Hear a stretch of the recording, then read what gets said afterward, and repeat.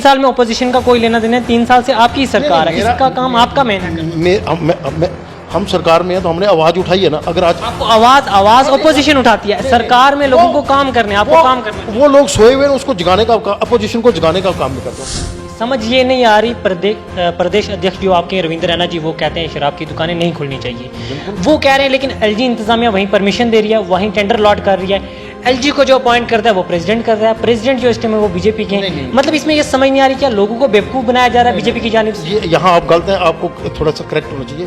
ये एलजी जो भी अपॉइंट होता है इसको राष्ट्रपति अपॉइंट करता है। प्रेसिडेंट वही हो गया ना।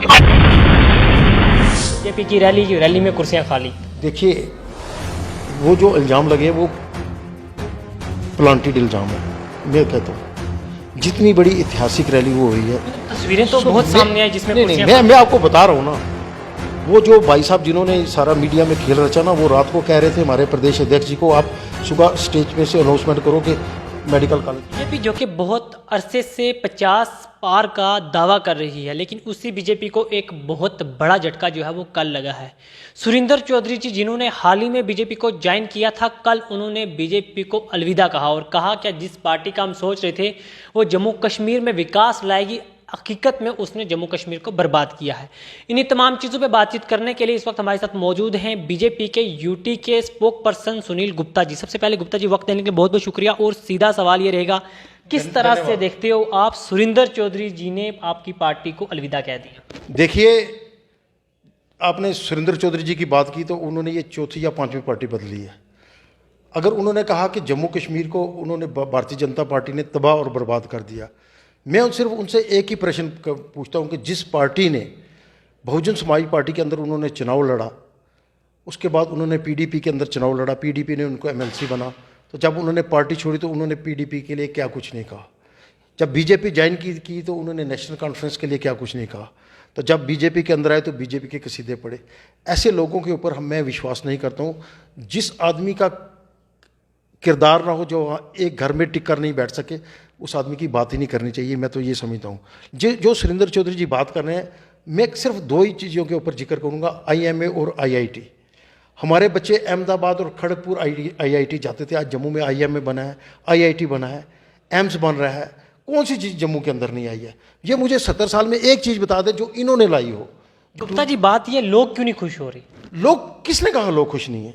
ये जो लोग हैं ना, ये सेल्फ स्टाइल। आपने देखा होगा यात्रा में जो लोग आए, जो बाहर से यात्रा में आए, उन लोगों ने कश्मीर में आके ये बात कही कि हम जब दिल्ली में बैठे हुए थे, हमने बहुत वीडियोस देखी, बहुत चीज़ें सुनी, होम मिनिस्टर साहब की भी सुनी, प्राइम मिनिस्टर साहब की भी सुनी कि जम्मू कश्मीर में बहुत विकास हुआ, लेकिन हमें यहाँ पे आके पता चला कि जम्मू कश्मीर में क्या विकास हुआ है। यात्रा वाले लोग भी वो भी खुश नहीं है बीजेपी से। मैं अगर आपको एक बात बताता हूँ, अभी जब यात्रा पुंछ के अंदर आएगी, आप देखोगे कि जो हमारी सरकार है, हमारी डिस्ट्रिक्ट एडमिनिस्ट्रेशन है, डीसी साहब है, एसपी साहब है, वो कितना बड़ा अरेंजमेंट करते हैं। तो अमरनाथ यात्रा के ऊपर अगर आप नहीं गए तो मैं 4 दफ़ा गया हूँ। वो जहाँ टॉप के ऊपर हम पहुँचते हैं, जहाँ आदमी खुद नहीं पहुँचता था, वहाँ लाइट लगी हुई है। रोड्स की खस्ता हालत है ना आज भी। आप देखो, जब बात की पुंछ से जम्मू की बात की, कहा 4 लाइन बनेगा, वो 4 लाइन नहीं बनी, 2 लाइन बनी। भैया बन रही है ना, सुनो, अब जब 4 टनल बनेंगे, जहाँ हमें 7 घंटे लगते हैं वहाँ 3 घंटे लगेंगे। और आप देखो, मेरी एक बात सुनो, कितना तेजी से वो काम लगा हुआ है, दिन रात वो काम लगा हुआ है। अब जब रोड बनती है तो बनती है ना, टाइम तो लगेगा ना। मेरा ये कहने का मुद्दा है कि हमने जो हमारे सांसद जुगल किशोर शर्मा जी ने जब वो प्रोजेक्ट अप्रूव करा के लाया, 5122 करोड़ रुपए का प्रोजेक्ट था, उसमें टनल नहीं थे। आज 4 टनल बनाए हैं। जो हमारा टनल है, जो बामले वाला टनल है, वो इस जनवरी के अंदर शुरू हो जाएगा। जब जनवरी के अंदर शुरू होएगा तो हमारा 1 घंटे का रास्ता कम हो जाएगा। जब हमारे 4 टनल बन जाएंगे तो हमारे 3 घंटे का रास्ता कम हो जाएगा। ये डेवलपमेंट करने से होती है, बातों से नहीं होती है। इसके बरक्स में आपसे एक और बात कहूँगा, जहाँ तक करप्शन की बात है, डेवलपमेंट की बात नहीं है, वो कुछ कमियां हैं। मैं उसमें कभी वो आपको मैं उसमें इनकार नहीं करता हूँ। जैसे हमारी सुरनकोट से लेकर बफलिया तक 11 किलोमीटर की रोड है, जो नेशनल हाईवे जो मुग रोड है उसके साथ, जो मुग रोड के रोड जाती है उसके साथ कनेक्ट होती है। लेकिन आज 3 साल हो गए वो 11 किलोमीटर रोड नहीं बनी है। तो रीज़न क्या है उसका? मैं समझता हूँ कि करप्शन है। मैं कहता हूँ ना, वो रोड नहीं बनी है, इसके लिए हमारी एडमिनिस्ट्रेशन जिम्मेवार है, जो जहाँ हमारी इंतजामिया उसके लिए पूरी तरह जिम्मेवार है। अगर 3 साल में लोगों के गाड़ियाँ तबाह हो गई, लोगों के मकान तबाह हो गए, लोगों के बिजनेस तबाह हो गए, लेकिन बड़े दुख के साथ मुझे ये कहना पड़ता है, ये जो अपोजिशन वाले हैं, इन्होंने आज तक उस मुद्दे के लिए कभी नहीं उठाया, और मैंने 20 बार ये मुद्दा उठाया है। इसमें देखो, आपने कहा, आपने खुद भी कहा रोड को 30 साल हो गए, 3 साल हो गए। 3 साल में ओपोजिशन का कोई लेना देना है? 3 साल से आपकी सरकार है, इसका काम आपका मेन है। हम सरकार में है तो हमने आवाज उठाई है ना। अगर आज आपको आवाज ओपोजिशन उठाती है, सरकार में लोगों को काम करने, आपको काम करना है। वो लोग सोए हुए हैं, उसको जगाने का, अपोजिशन को जगाने का काम नहीं करता हूँ। मेरे एक बात सुन लो, जहां नाइंसाफी होगी तो हम अपनी सरकार के खिलाफ ही आवाज उठाते हैं। बड़ा सीधा सा सवाल रहेगा, लोगों का ये कहना है कि किताबों की जगह शराब थमाई जा रही है हाथों में, आप इसको किस तरह से देखते? क्या सुप्रीम कोर्ट के अंदर शराब की दुकान खुलनी चाहिए या नहीं खुलनी चाहिए? देखिए, कोई भी नशा है, हम उसके खिलाफ है। नशा सबसे बुरी चीज है। एलजी इंतजामिया क्यों नहीं? मेरी बात सुनो ना, आप मेरी बात एक सुन लीजिए। नशा सबसे बुरी बात है, लेकिन यहाँ क्या हो रहा है, यहाँ भी सियासत हो रही है। यहाँ पूंछ के अंदर जब सेकुलर के अंदर दुकान खुलने वाली थे, वो लोग आकर मीडिया के अंदर बोल रहे थे जो रोज रात को ड्रिंक करते हैं, तो लोगों ने जब उनका मजाक उड़ाया वो गायब ही हो गए, जब उनका काउंटर जवाब लोगों ने। मेरा ये कहना है कि कोई भी नशा है वो बुरी बात है। हमारे प्रदेश के अध्यक्ष रविंद्र रैना जी ने इसको कहा कि ये बंद होनी चाहिए, और हम भी नहीं, हम कभी कोई नशा नहीं करते हैं, इसलिए हम चाहते हैं हमारी जनरेशन बची चाहिए। लेकिन इसके साथ मैं एक और बात कहूँगा, नशे के सबसे ज़्यादा जो बुरा नशा है वो ड्रग्स का है, जो हमारी पूरी जनरेशन को तबाह कर रहा है। हमें इन सारे नशों के खिलाफ एक मुहिम बनानी चाहिए, एक जद्दोजहद करनी चाहिए, ताकि हम अपनी जनरेशन को बचा सकें। ये तमाम चीज़ें मानते हैं हम आपकी, समझ ये नहीं आ रही, प्रदेश अध्यक्ष जो आपके रविंद्र रैना जी, वो कहते हैं शराब की दुकानें नहीं खुलनी चाहिए, वो कह रहे हैं, लेकिन एलजी इंतजामिया वहीं परमिशन दे रही है, वहीं टेंडर लॉट कर रही है। एलजी को जो अपॉइंट करता है वो प्रेसिडेंट कर रहा है, प्रेसिडेंट जो इस टाइम है वो बीजेपी के हैं। मतलब इसमें ये समझ नहीं आ रही, क्या लोगों को बेवकूफ़ बनाया जा रहा है बीजेपी की जानिब से? ये यहाँ आप गलत हैं, आपको थोड़ा सा करेक्ट होना चाहिए। ये एलजी जो भी अपॉइंट होता है, इसको राष्ट्रपति अपॉइंट करता है। प्रेसिडेंट वही हो गया ना, राष्ट्रपति वो किसी पार्टी का नहीं होते। गवर्नर सुनो ना, मेजॉरिटी से आते हैं, मेजॉरिटी से इस वक्त बीजेपी की। सुन लो मेरी बात, राष्ट्रपति किसी पार्टी का नहीं होता, जब राष्ट्रपति पार्टी का होता है, जब बनने के बाद राष्ट्रपति और उपराष्ट्रपति और एलजी एक ऐसी पोस्ट है जो किसी पार्टी के नहीं होते हैं। अब मैं भी कहता हूँ एलजी हमारे हैं, राष्ट्रपति हमारे हैं, वो मेरे कहने से काम थोड़ी करते हैं, वो सरकार जो संविधान होता है उसके अनुसार काम करते हैं। ये सच्ची बात है। वो तो मैं भी कहता हूँ, जहाँ कहता हूँ कि एलजी हमारे हैं, राष्ट्रपति हमारे हैं, उपराष्ट्रपति हमारे हैं, वो ऐसा नहीं होता है। वो मेरे कहने से काम नहीं करते हैं, वो सरकार के संविधान के अनुसार काम करते हैं। बाकी हम संविधान में ऐसा लिखा है कि कहीं शराब की दुकानें खुलाई जाएं, टेंडर लॉट किए जाएं? नहीं, ऐसा नहीं। वो उनको क्यों किया जा रहा है? हम इसके सुनील गुप्ता हमें वहाँ पे सुप्रीम कोर्ट प्रोटेस्ट में क्यों नहीं मिले? नहीं, देखो, वो मेरा काम नहीं है प्रोटेस्ट करना। देखो, वो सुप्रीम कोर्ट के उन्होंने जितने लोग किए प्रोटेस्ट किया, उसमें हिंदू मुसलमान सिख ईसाई सारे उसमें शामिल हैं। जब वो हमें बुलाएंगे नहीं तो हम उसमें जाएंगे नहीं, पक्की बात है। देखो, उन लोगों ने प्रोटेस्ट किया तो हमने उनकी कोई मुखालफत थोड़ी की है, हम उनके साथ कहना ये हमारी आप अगर आप सुप्रीम कोर्ट की अगर बात देखेंगे तो मैं अगर गिन कर नाम बताऊंगा, सबसे ज़्यादा बीजेपी के लोग हैं उसमें प्रोटेस्ट करने वाले।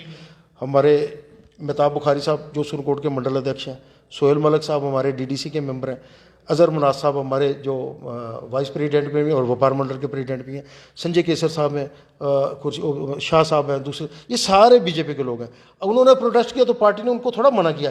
गुप्ता जी, पुंछ में बीजेपी की रैली हुई, यहाँ पे सेंटर मिनिस्टर यहाँ पे पहुंचे, वहाँ पे भी ये इल्ज़ाम लगाया गया अपोजिशन की जानिब से क्या कुर्सियाँ खाली थी, बीजेपी की रैली में कुर्सियाँ खाली। देखिए, वो जो इल्ज़ाम लगे वो प्लांटेड इल्ज़ाम है।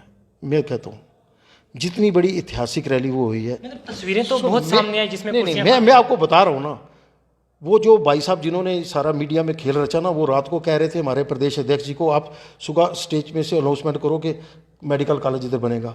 तो एक प्रदेश अध्यक्ष मेडिकल कॉलेज का कैसे अनाउंसमेंट कर सकता है? आप मुझे बताओ, कर सकता है? मेडिकल कॉलेज गवर्नमेंट करती है, उसके लिए फैसिलिटी चाहिए होती है सारी। जब नहीं की तो उन्होंने सुबह सुबह आकर सारा कुछ खेल रचा दिया। सुनो मेरी बात।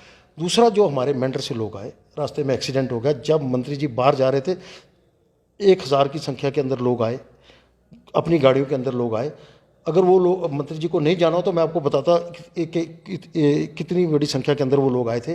वो हमारी बदकिस्मती थी, वो लोग लेट हो गए जबकि हमने टाइम दिया था। अगर एक्सीडेंट हो गया, रास्ते में कोई बंदा कैजुअलिटी हो गई, कुछ हो गया, तो उसको छोड़कर भी आना अच्छी बात नहीं थी, वो एक अलग विषय है।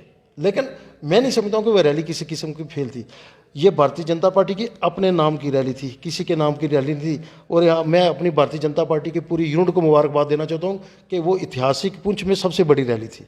अगर आपने देखा होगा 400 महिलाएं सुरकोट से आई, तो बाद में इन्होंने प्रोपेगेंडा किया कि ये आंगनवाड़ी की महिलाएं। तो उस प्रोपेगेंडे को मुझे क्या जवाब देने की। मैं आपको एक एक गाँव से गिन कर बता सकता हूँ सुरकोट से कितने लोग आए, मंडी से कितने लोग आए, कहाँ से कितने लोग आए। हमारी एक्सपेक्टेशन से ज़्यादा लोग आए।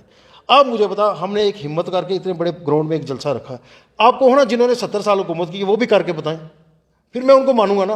प्रोपेगेंडा करना तो बड़ा आसान है। बीजेपी इस टाइम स्ट्रांग है जम्मू कश्मीर में? भैया बीजेपी ने कब कमजोर है? ये भी हम पर इल्ज़ाम लगता है कि हम इलेक्शन नहीं करा रहे। इलेक्शन हमने नहीं कराना है, इलेक्शन कमीशन ने कराना है। जब भी इलेक्शन होंगे, अब बीजेपी आपको 24 घंटे तैयार मिलेगी। आज पंचायत के इलेक्शन हो जाए, आज डीडीसी के इलेक्शन हो जाए, आज वीडीसी के इलेक्शन हो जाए, आज पार्लियामेंट के इलेक्शन हो जाए, एमएलए के इलेक्शन, हम 24 घंटे तैयार। क्योंकि हमारी पार्टी, मैंने आपको, अगर आपने शराब के मसले पर अगर आपने देखा होगा, मंडी में हमारे लोगों ने प्रोटेस्ट किया, हमें जाने की जरूरत नहीं है। सुरकोट में हमारे लोगों ने प्रोटेस्ट किया, हमें जाने की। आज हमारा यूनिट, अगर सुरकोट मेंढर के अंदर वाजिद बशीर टिक्को ने प्रोटेस्ट किया तो पूरी पार्टी उसके साथ खड़ी थी। हमारे लोग हर जगह काम कर रहे हैं। वो कोई ये नहीं कि राजेश जी हमारे जिला अध्यक्ष जाएंगे, मैं जाऊँगा वो काम करेंगे, ऐसा नहीं होता है। वो जैसे बाकी पार्टियों के लीडर आते हैं तो वो काम करते हैं, ऐसा नहीं है। हमारा वर्कर ग्राउंड पर स्ट्रांग है और 24 घंटे इसके लिए तैयार है। नाज़रीन, ये था हमारे साथ बीजेपी के यूटी स्पोक पर्सन जनाब सुनील गुप्ता जी। एक बार फिर से हम इनका शुक्रिया अदा करते हैं, इन्होंने अपना कीमती समय निकाला और हमारे प्रोग्राम में शिरकत की। उम्मीद है आपको ये पेशकश पसंद आई होगी। मजीद वीडियोस देखने के लिए हमारे साथ बने रहें। खुदा हाफिज़।